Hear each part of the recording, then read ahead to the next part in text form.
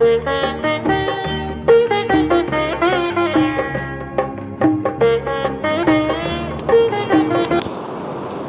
morning, students. Good morning, good morning, good morning, good morning, good morning. Sit down. How are you? Fine? Okay. Do you try to understand the noble nature poem? One time, in previous class, we have discussed about the noble nature poem. Today, we will discuss on the all question answers of this poem. So first, stanza number 1.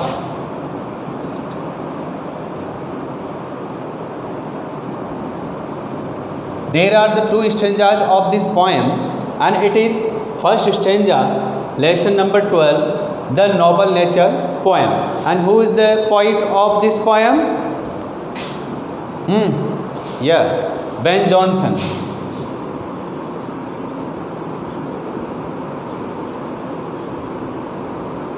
Ben Jonson. Ben Jonson, poet of noble nature. It is not growing like a tree. What is the refer of it? It is life. Life is not growing like a tree. Life is not growing like a tree. हमारी जो life है, life is not growing like a tree. According to tree, and the tree is compared the another oak tree. In bulk. The line start from here and end this here. It is not growing like a tree in bulk. Bulk, a huge of size and long period. Dot. What do you mean of this? Does. When you starting line of the does इसमें interrogative line. तो does make a man better be? क्या मनुष्य को इस long life से better हो सकते हैं? एक लॉन्ग लंबा लाइफ की ट्री, एक kind of a tree. Which type of a tree? Oak tree. And the oak trees life is 100 years. तो ए 100 years oak tree, and after the complete of the 300 years, the tree to fall a log. log means तना. एक पेड़ के तने के समान गिर जाता है एट लास्ट, अंत में. और लास्ट एंड सबका आना है. ड्राई, सूख जाता है. Blade, leafless. And sere, shapeless. तो हम इसकी बात करते हैं कि does make a man better be. Does make a man better be. Does man people man be better be of a tree. क्या ट्री से बेटर हो सकते हैं आदमी? और स्टैंडिंग लॉन्ग एंड और आइदर और का ऑप्शन है, या स्टैंडिंग लॉन्ग ऑन एक 100 years ट्री. जितनी भी हमारी लाइफ है उस लाइफ को पूरी लाइफ तक हम जीते रहें और बाद में फिर वन डे, क्योंकि मैन इज़ मॉर्टल, नाश्वर है, एक दिन डेथ सबकी होनी है. तो और वो जब वो डेथ होगा उस समय लॉग एक तने, सूखे तने के समान गिर जाएगा लास्ट, अंत में. ड्राई, सूख जाएगा. Bald, leafless. And sere, shapeless. और standing long and oak tree 100 years to fall a log a last and dry,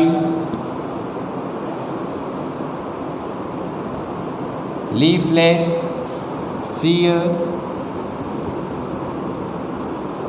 shapeless. When a tree on the young age, the very many branches and full of leaves, but the one day the end of the tree leafless, shapeless, dry, and to fall at the last, end में. तो the poet is the rhetorical question कर रहे हैं कि it is not growing like a tree. ये हमें एक पेड़ की तरह, it is not growing like a tree, 100 years. The noble nature, यहाँ in this poem the discussion about the noble nature, nature प्रवृत्ति, अ नॉबल महान कार्य करने की, ए डीड्स हेरोइक डीड्स करने की आपके काम की बात है कि आप हेरोइक डीड्स, एक लंबी लाइफ, एक वुमन है, एक मैन है, कोई भी है, और वो 100 to 100 ईयर्स तक जीता है और बाद में उनकी डेथ हो जाती है और पूछते हैं कि इन्होंने क्या किया, तो कुछ नहीं किया, खाते रहे सोते रहे, खाते रहे सोते रहे, और इसी तरह से 100 ईयर्स कंप्लीट हो गए। और वन डे और another person if the death in the 25 years old या 30 ईयर्स ओल्ड, और हम कहते हैं कि क्या हुआ, तो लोग कहते हैं कि इतनी महान कार्य ये कर गए कि दुनिया जीवन भर इनके कार्य को याद करेगी। तो नॉबल पर्सन, तो नॉबल नेचर, हीरोइक डीड्स, बहुत महान कर्मों के लिए, no need to use a long period of life, the noble work can be done in a short period, एक शॉर्ट पीरियड भी किए जा सकते हैं। तो a fall a long tree at last, तो it is stanza number 1 and the another questions of this stanza. First of all, you take this screenshot of this. Yes, these two questions are taken from the stanza. Stanza number 1. It is 2 and C. Question number 1. Which fact is the poet trying to emphasize about man? Which fact is emphasize? Emphasize दबाव डालना, pressure, man highlight करना, तो emphasize about man, about man. देख answer, the poet is trying to emphasize, the poet is trying to emphasize the fact about man that long life like an oak tree is not at all necessary to be a great man. Not necessary to be a great man. एक महान आदमी बनने के लिए, एक बहुत अच्छे कर्म करने के लिए इंसान को बहुत लंबी आयु की आवश्यकता नहीं है। इस बात के ऊपर एम्फेसाइज करना है। Number 2, what does the poet convey by the metaphor of oak? Metaphor, there are the two literary devices in the literature. The simile किसी का टू डिसिमिलरिटी से कंपैरिजन करते हैं, तो यहाँ पे लाइक एजेस का वर्ड्स यूज होते हैं, और मेटाफर के अंदर डायरेक्ट उपमा दी जाती है, किसी तरह का वर्ड लाइक या एजेस का यूज नहीं किया जाता। तो what does the poet convey by the metaphor of oak? Oak की उपमा किसके साथ दी गई है, ओक का कंपैरिजन किसके साथ किया गया है? आपने पोएम को बहुत अच्छी तरह से अंडरस्टैंड किया है, तो आप समझ सकते हैं कि ओक का उपमा किससे दी गई है, ओक का मेटाफर किससे किया गया। The poet convey by the metaphor of that noble and heroic deeds are better and more useful than a long life and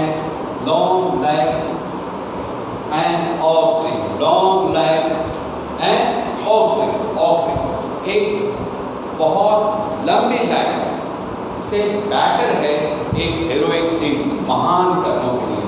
the poet convey the metaphor that noble महान and heroic बहुत अच्छे कर्मों के लिए, deeds are better and more useful than a long life and oak tree.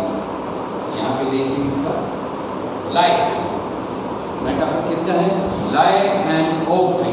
Oak tree से क्या है, better. Oak tree से बेटर क्या बताया गया है, हेरोइक डीड्स, महान कर्म, चाहे वो महान कर्मों का जीवन कैसा हो, छोटा ही हो, लेकिन बेटर होता है। तो इसका आप देखिए, there are the two questions and from taken of the stage number 1, तो इसका आप स्क्रीनशॉट ले लीजिए।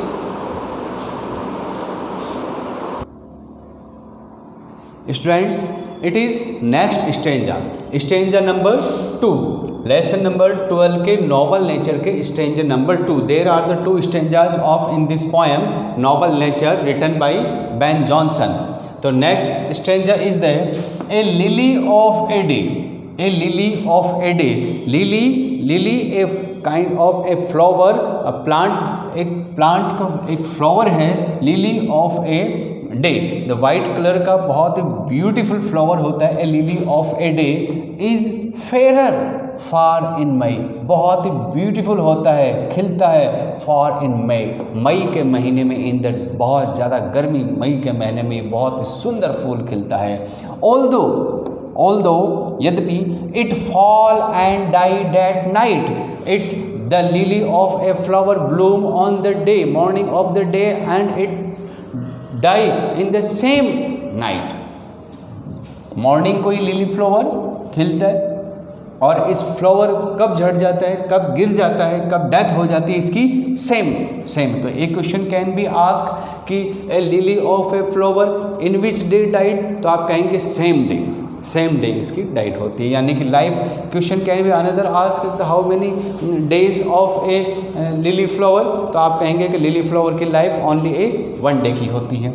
It was the plant and flower of light, it was the plant of flower, it was light, light में delight, किसका symbol है ये, delight का, डिलाइट, हैप्पीनेस, हीरोइक डीड्स, महान कर्मों की, अच्छे व्यवहार की। in small proportions size we just beauties see in small proportion, बहुत कम साइज में भी we just beauties see, इसकी छोटा सा फूल है लेकिन हमें इसमें बहुत ज़्यादा सुंदरताएं दिखती हैं हमें seize. and in short measures period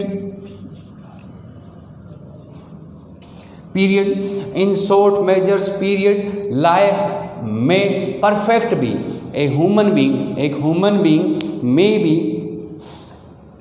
a perfect and heroic deeds, full of heroic deeds and achievements in short period. So there is no need to a long life to be a perfect man, become a perfect man. एक महान आदमी बनने के लिए, एक बहुत अच्छे कर्म करने के लिए मनुष्य को बहुत बड़ा जीवन जीने की आवश्यकता नहीं है। वो बहुत छोटे पीरियड में भी, कम आयु में भी एक महान कार्य कर सकता है।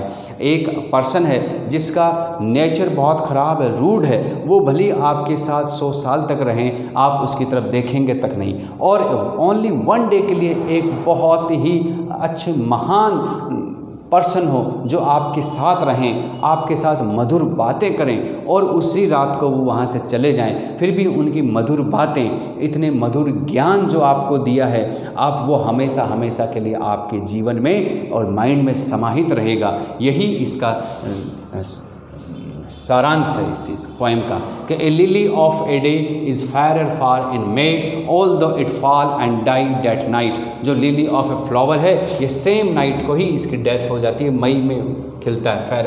It was the plant and flower of a light delight in small period may just beauties and see measures period life में परफेक्ट बी। मतलब a lily of a flower compare with a oak tree, then oak tree of a life of 300 years. तो 300 years oak tree होता है और वो भी after complete of the 3 year a shapeless, leafless, sizeless and oak हो जाता है, गिर जाता है, डेथ हो जाती है। लेकिन वो यूजलेस होता है, वो कोई सुंदरता ब्यूटीज़ नहीं देता। और another day a lily of a flower A life of A only 1 day, but इतना ब्यूटीफुल होता है कि उसकी सुंदरता हमेशा के लिए हमारे माइंड में इमेज क्रिएट कर जाती है और we can't forget in forever, हम भूल नहीं सकते हैं। तो हम इसका नेक्स्ट स्क्रीन पर हम चलते हैं। नेक्स्ट स्क्रीन पे हम इसके क्वेश्चन आंसर्स देखिए आप। Stanza number 2 question number 3, number 2 stanza के question number 3, what is the poet's view about short span? What is the poet's view about short span of life? Poet के according short span life, एक छोटा period life के मतलब क्या meaning था? Answer number 3, short life span is better than a long life. First of all, short life is better then long life. छोटी life ज़्यादा better है एक लॉन्ग लाइफ से, बट लेकिन वो छोटी लाइफ अच्छी होनी चाहिए। Because one can make one's life, कोई भी आदमी one's life perfect by doing good and noble deeds in short life. Short period में भी अगर कोई मनुष्य महान कर्म करता है तो उसके लिए वो शॉर्ट लाइफ ही बहुत अचीवमेंट, बहुत मीनिंगफुल रखती है। और कोई बहुत ज़्यादा जीने के बाद भी कुछ महान कार्य, अच्छे स्वभाव, अच्छा नेचर नहीं रख पाते हैं, किसी से अच्छे मधुरता, अच्छे गुण संस्कार नहीं कर पाते हैं, तो लंबी आयु भी उसके लिए क्या हो जाती है, यूजलेस हो जाती है। तो ये question number 4, stanza number 2, why does the poet call lily a flower of delight? Lily flower को पोइट ने डिलाइट का सिंबल क्यों दिया है, डिलाइट से कंपेयर क्यों किया, डिलाइट क्यों कहा है? A lily symbolize short, A lily का first of the symbol of the short है, बट मीनिंगफुल लाइफ। एक लाइफ शॉर्ट हो सकती है लेकिन मीनिंगफुल लाइफ होनी चाहिए। और लिली का मीनिंगफुल लाइफ क्या रहा? It gives us joy, happiness and achievements. It gives us joy and happiness. एक बार हम when we see the flower and after death of the flower we remember and that fragrant in our mind scene create and that, and we learn the little flower of lily be always happy and delight and joy due to the lily of flower. So it is a better short life than a long life. महान कर्म होने चाहिए। हम इसका next question पे आप आइए, activity number 2 पे। Next activity number 1, activity number 1 from noble nature. Question number 1, what symbol does Ben Jonson draw from nature? What symbols draw Ben Jonson from in this poem? There are the 2 symbols, you know very well. Ben Jonson drew 2 symbols from nature. From nature से कितने symbol लिए इसने? 2 लिए, एक oak tree का था और एक लिली फ्लावर का था।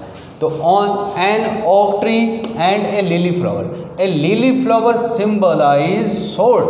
लिली फ्लावर किसका सिंबलाइज था? शॉर्ट का, बट मीनिंगफुल लाइफ था। An oak symbolize a long life without noble virtuous, बहुत महान कार्य के बिना ही एक लंबा लाइफ था, जबकि मीनिंगफुल लेकिन short. Question number 2, mention the qualities of an oak. Mention the qualities, oak tree की क्वालिटीज क्या है? क्यों? Because there are the 2 symbol, there are the 2 Ben Jonson 2 symbols from the nature. तो one is oak tree and another is lily flower. तो mention an oak is bulky. First of quality oak की क्या थी? Bulky था, बहुत भारी विशाल था इन साइज में। इट लीव्स, इट कौन? Oak tree. It leaves for 300 years. How many years of the oak tree? 300 years. In the end it, लेकिन अंत तो आना है। अगर ओक ट्री 1000 ईयर्स का होता तो भी अंत तो आना था। तो and it falls like a log, एक तने के समान नीचे गिर जाता है, ड्राई सूख जाता है। Leafless, there are so many thousands and thousands of leaves are there, but end of the day leaves less हो जाता है एंड शेपलेस हो जाता है, शेपलेस हो जाता है। Question number 3, how does a lily of a day impress us? How does a lily of a day, एक दिन की लिली हमारे को कैसे इम्प्रेस करती है?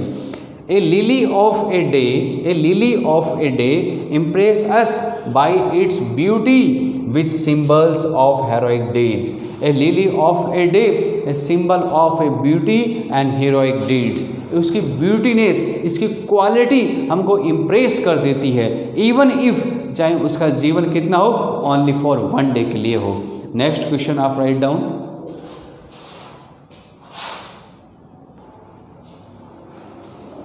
एक्टिविटी फर्स्ट का क्वेश्चन नंबर 4 नोबल नेचर का।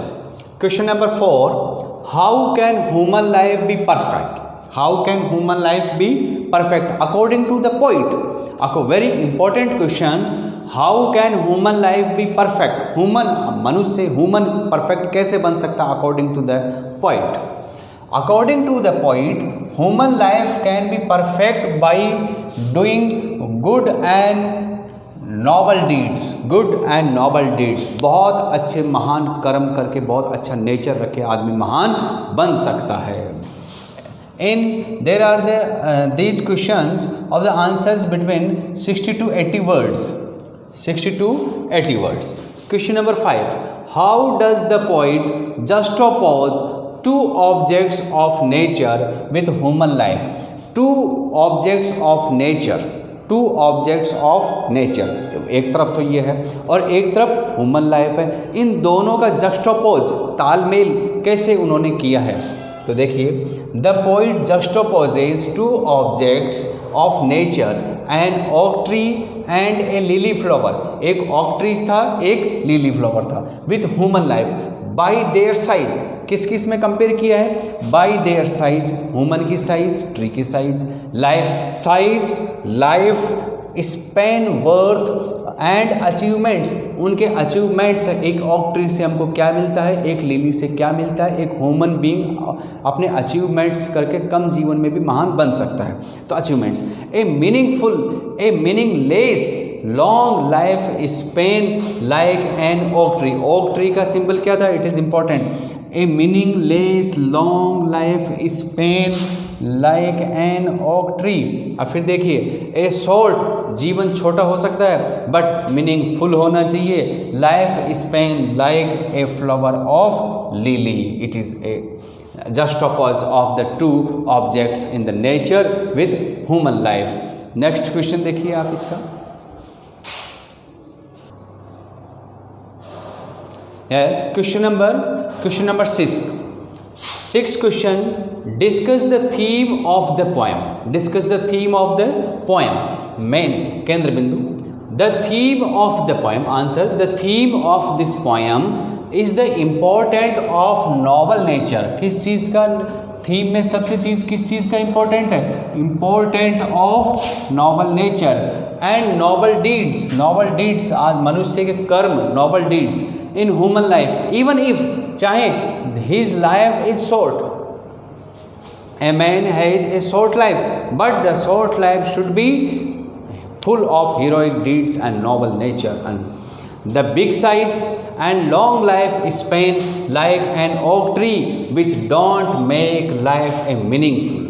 A long period of life like an oak tree and the without full of heroic deeds, it is useless.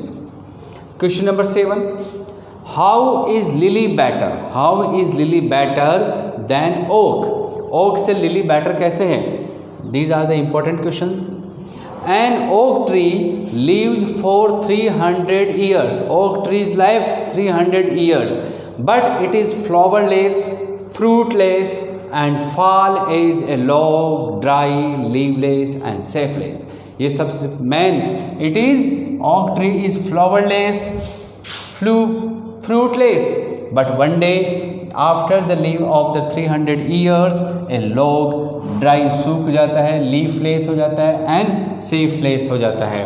On the other hand A lily flower leaves only A one day but it gives us the pleasure and it's symbol of delights. The lily flower of life only one day even if he gives off the full of happiness, joy and enjoyments. So it is lily flower is better than oak tree.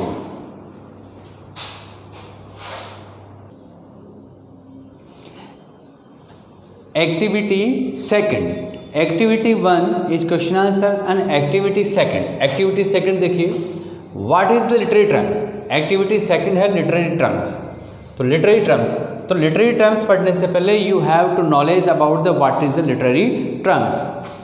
तो literary terms refer to the technique, style and formatting used by writers and speakers. It is a type of method of writing like an style and formatting कि आप किस तरह का लेख लिखते हैं, वो emphasize, embellish और स्ट्रेंथ देयर कंपोजिशंस, अपने कंपोजिशन को स्ट्रेंथ और एम्फेसाइज करने के लिए लिटरेरी टर्म्स यूज़ करते हैं। There are the 4 literary terms in your syllabus according to this lesson: lyric, ode, ballad and epic. There are, तो lyric you have read in the first class about the lyric and discussed it. तो lyric a short type of poem and lyric make a lyre instrument and sung a poem. तो short poem तो is lyric and sung with a lyre. तो lyre lyric Greek word से लायक होने के कारण इसका नाम क्या पड़ गया, lyric. तो ode, ballad and epic. अब ode देखिए, ballad, the ballad may be defined as a short story, as a short story in verse, in a verse. The word which means to dance. Ballad का means क्या होता है, to dance. Originally a ballad is a song with a strong narrative substance. अब देखिए, strong narrative substance sung to the accompaniment a dancing. एक बहुत बड़े group में डांस करना और डांस करते करते एक कविता गाना, और वो जो कविता होती है वो लॉन्ग नरेटिव पोएम होती है, जिसको हिंदी में कहते हैं गाथा गीत. कविता में किसी कहानी को कहना ही हम बैलेड होता है. लिरिक शॉर्ट होती है, स्पॉन्टेनियस होती है ना. तो ये लिरिक था, ये ऑड है. लिरिक्स का हमने पहले वाली क्लास में हमने डिस्कस किया था, वहाँ से आप इसकी कॉपी कर लें. और ओड का ये वाला है. नेक्स्ट चलिए आप ओड का, ये बैलेड का है.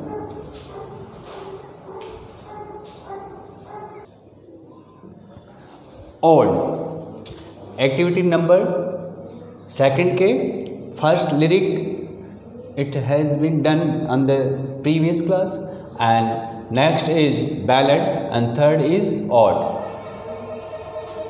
An ode is a long lyric, and ballad short lyric. Long lyric poem which deals with a serious subject के ऊपर ये बात करता है, और एन एक्सल्टेड मैटर, वहाँ कोई एक बहुत उत्पन्न कोई अच्छा मैटर हो तो एक्सल्टेड मैटर के ऊपर भी ऑड लिखी जा सकती है. It is in the form of an address.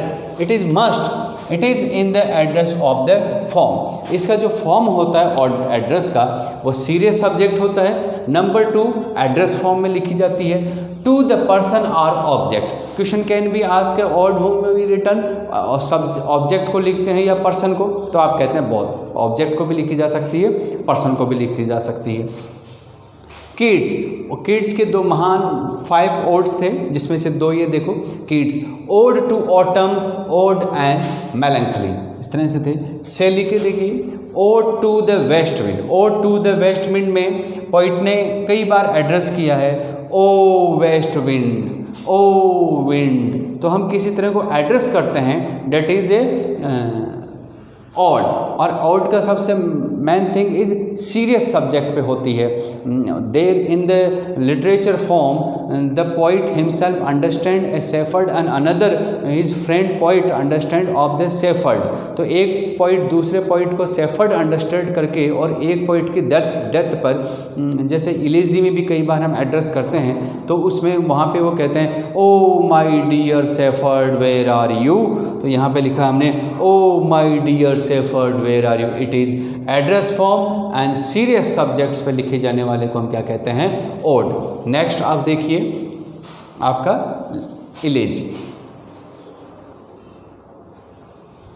ये इलेजी आपके सब्जेक्ट में नहीं है, इसलिए इलेजी को हम छोड़ देते हैं. समबडी डेथ पे गाई जाने वाली पोएम. हम देखते हैं इपिक महाकाव्य. Just as a ballad is a short story. Just as a ballad is a short story in verse. The epic is a long story in verse.